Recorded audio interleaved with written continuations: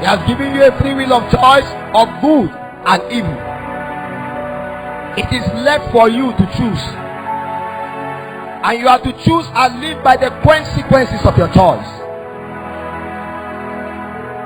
Today, there is a witness against you. It doesn't have to be your father, it doesn't have to be your mother. It's the heavens and the earth, and all the inhabitants of heaven and all the inhabitants of the earth.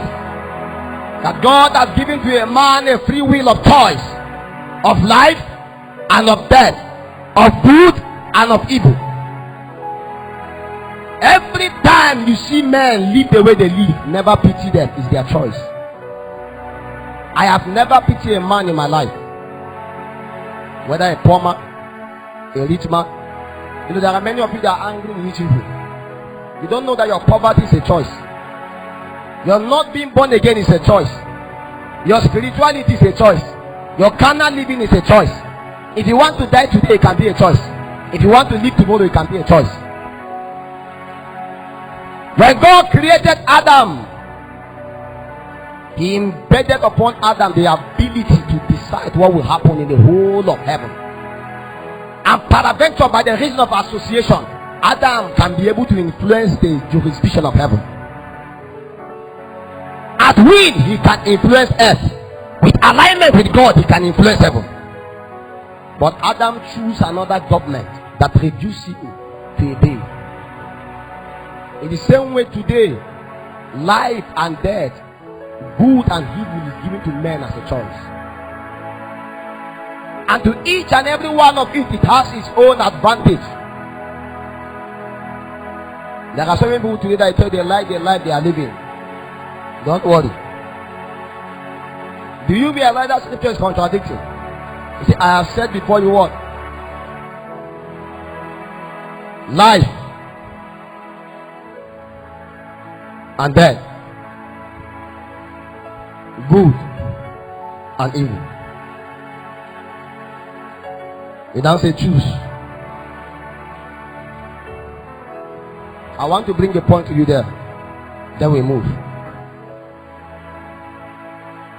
Okay, he said, I have said before you what? Life and good, death and evil. Instead of life and what? Death, good and what? Evil.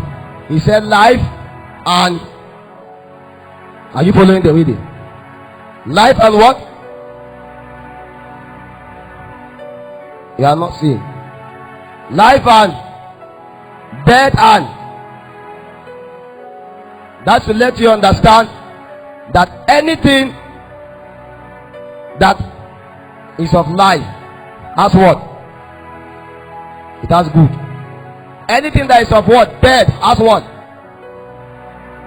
Anytime you see an evil man, it's a man that has death in himself. Anytime you see a good man, it's a man that has life in himself.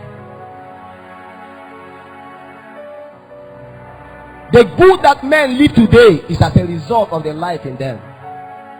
The evil that men live today is as a result of death in them. And all of them was set by God.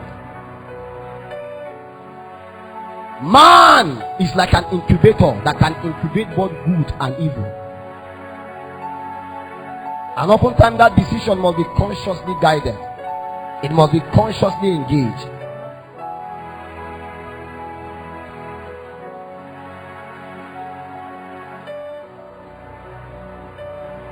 You must be able to understand that life and death are both choices. And whichever you choose, the consequences you will live by. Death is a spirit. And death as a spirit always has a character. It has a nature. It has a form. It is by its character and its nature and its form that men that sustain in themselves in can live. The Bible speaks about the law of the spirit of life in Christ Jesus and the law of sin and death that works in the flesh. He said the flesh profit nothing because it will always bring to death. So it is God that puts this flesh in you, but He's trying to let you understand that it can profit nothing but to bring you to death. But life is a reality in the spirit. The question is, which one did you choose? Because the way you are living, are you living good or are you living evil?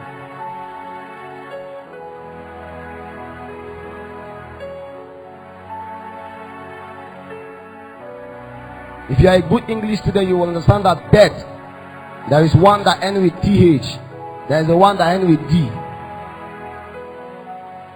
Death, the one that ends with TH, is a spirit. Death as a spirit is an enemy. He is the harbinger that go about harvesting the souls of men. Every believer that has accepted life, that has chosen life, has no business with death.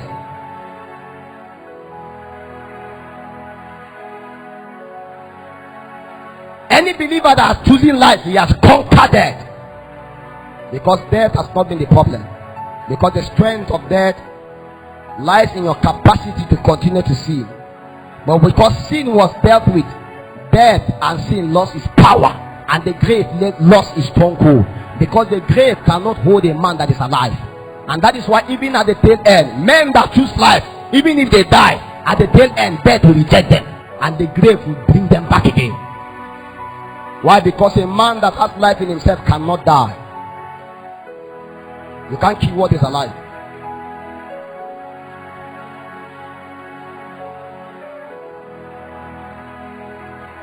A man that has life in himself cannot be afraid of death.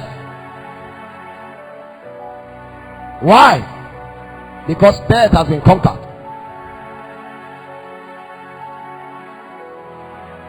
And you must be able to also understand that the same way that life, the same way that death is a spirit, life is also a spirit.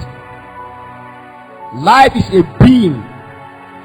Life is not just an English word. No, it's an entity that regulates the existence of man. Life has an essence. Because oftentimes people wonder, then what is life? Life is the essence of being. Life is the reason of existence. No matter how powerful you are in this life, if you are dead, it's one of the greatest tragedies.